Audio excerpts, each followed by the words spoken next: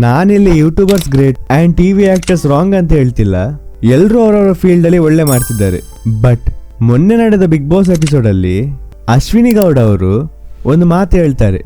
That is, ನಾನ್ ಬೇಕಾದ್ರೆ 100 YouTube channel create ಮಾಡಿದ್ರೆ successful ಆಗ್ತೇನೆ. And ರಕ್ಷಿತಾಗೆ challenge ಮಾಡ್ತಾರೆ, ಅವರವರ 40 ಬರುವಾಗ 100 ಮೂವೀಸ್ ಅಲ್ಲಿ ಆಕ್ಟ್ ಮಾಡಿ ತೋರಿಸಿ ಅಂತ.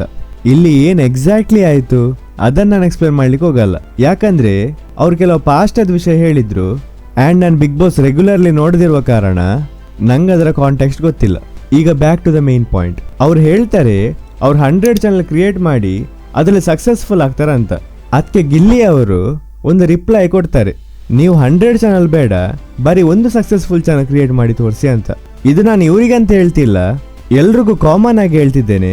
ಜನರಿಗೊಂದು ಭ್ರಮೆ ಉಂಟು, ದ್ಯಾಟ್ ಈಸ್ ಯೂಟ್ಯೂಬರ್ಸ್ ಯಾರ್ಸ ಆಗ್ಬೋದು, ನಾನು ನೀವು ಯಾರ್ಸ, ಅದ್ರಲ್ಲೇನು ರಾಂಗ್ ಇಲ್ಲ.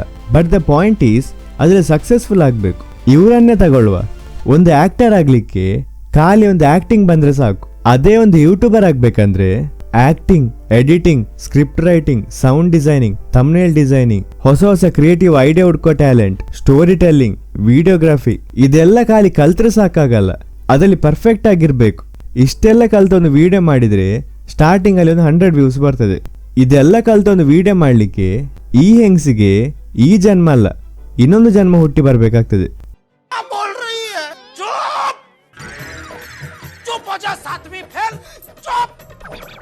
YouTube is a one man show. ಇವ್ರು ಹೇಳ್ತಾರೆ ಇವರೊಂದು 100 ಮೂವೀಸ್ ಮಾಡಿದ್ದಾರೆ ಅಂಡ್ ಇವರೊಂದು ಸೆಲೆಬ್ರಿಟಿ ಅಂತ. ನಿಮ್ಗೊಂದು ಫ್ಯಾಕ್ಟ್ ಹೇಳ್ತೆ ಕೇಳಿ.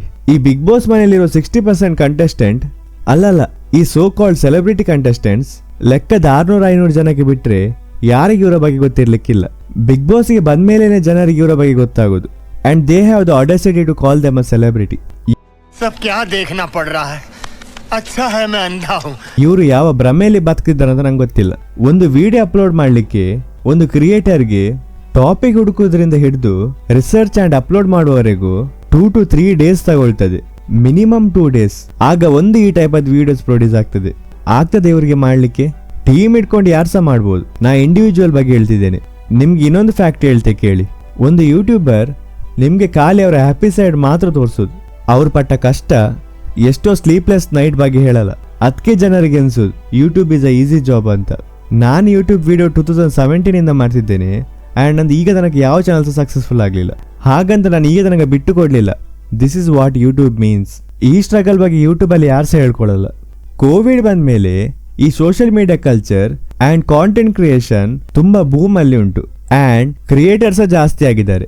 ಅಂಡ್ ಜನರು ಸ್ಲೋಲಿ ಈ ಟಿವಿ ಶೋಸ್ ಇಂದ social medias like YouTube, Instagram, Facebook ಗೆ ಶಿಫ್ಟ್ ಆಗ್ತಿದ್ದಾರೆ.